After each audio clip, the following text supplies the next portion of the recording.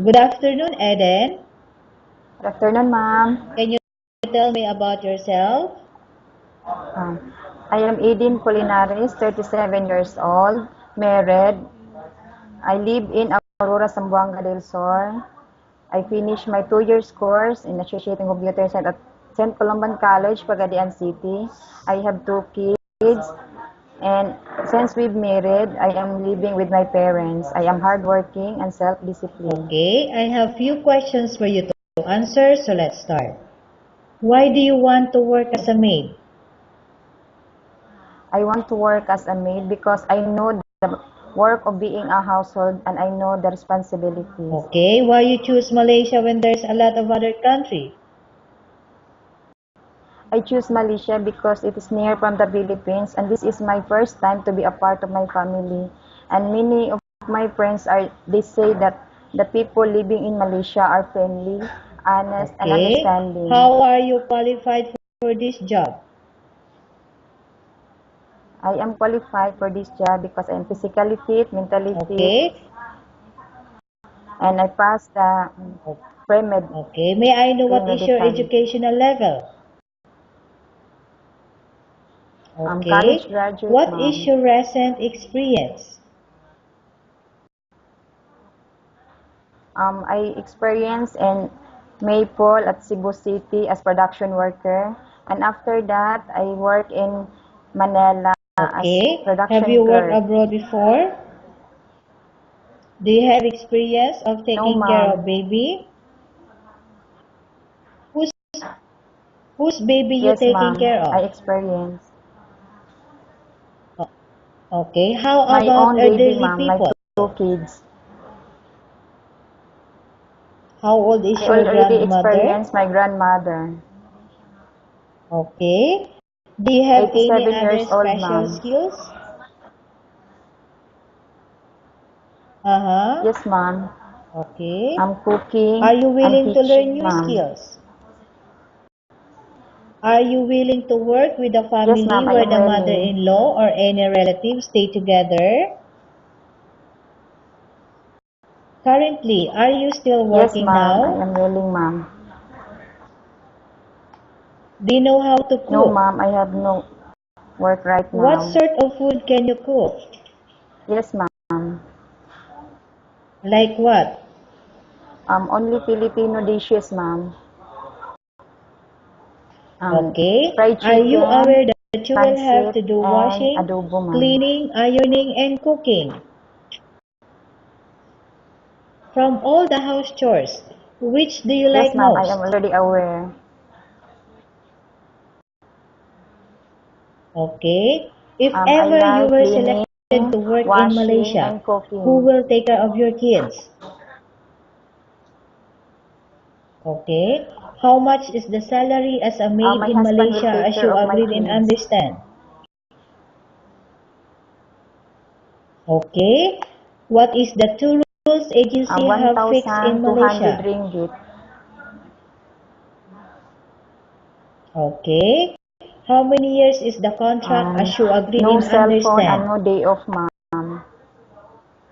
Okay. Can you describe for me your ethics? 2 years contract, ma'am. Okay. How can you I am assure to us that you hardworking and will work hard in self-disciplined, Malaysia? honest, and friendly.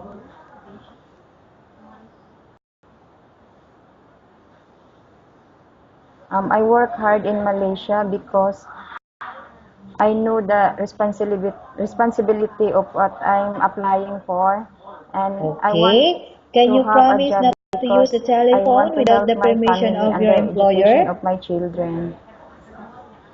Can you promise not to put on makeup but to dress properly while work? Yes, ma'am, I will promise, ma'am. Can you promise not to invite friends and relatives without the consent of your employer? Yes, ma'am, I will promise. Can you promise not to ask for advance salary from your employer under any circumstances? Yes, ma'am, I will promise. Do you really understand of the rules and regulations of the agency? Yes, Do ma'am, you I will pay any promise. placement fee for you to come to Malaysia to work as a maid? Yes, ma'am, I Do you have understand. any history of sickness, example breast cancer or any other illness? No, ma'am.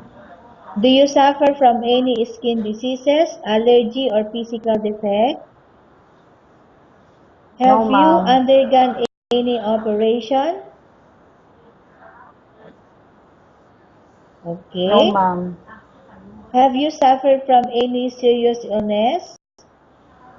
Only cesarean, ma'am. Are you medically fit? Are you on any medication? No, ma'am. Are you allergic with any food? Yes, Okay, ma'am. Eden, we have finished our question section. Let's go to case No, study. ma'am. I have two case studies for you and I want you to No, answer me ma'am. truthfully, okay? Yes, ma'am. Okay, number one. Upon arrival in Yes, Malaysia ma'am. within 6 months, if ever any of your family members passed away, Yes, what will you ma'am. do? Will you continue to work till finish your contract or you will go back?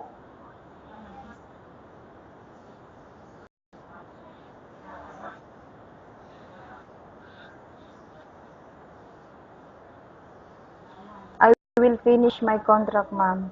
I pursue my Okay, number job there two. because Once you before I reach left to Malaysia, Malaysia, let's we say both if you don't agreed like the to work and agreement you want to go between back, me and the you have to bear the employer to entire finish my damages and the contract. losses. Are you agreed for that? Okay. Okay, Eden. What do you want to tell the employer who watching your video right now? Yes, ma'am, I will agree for that, for the damages that I made. Yes, ma'am.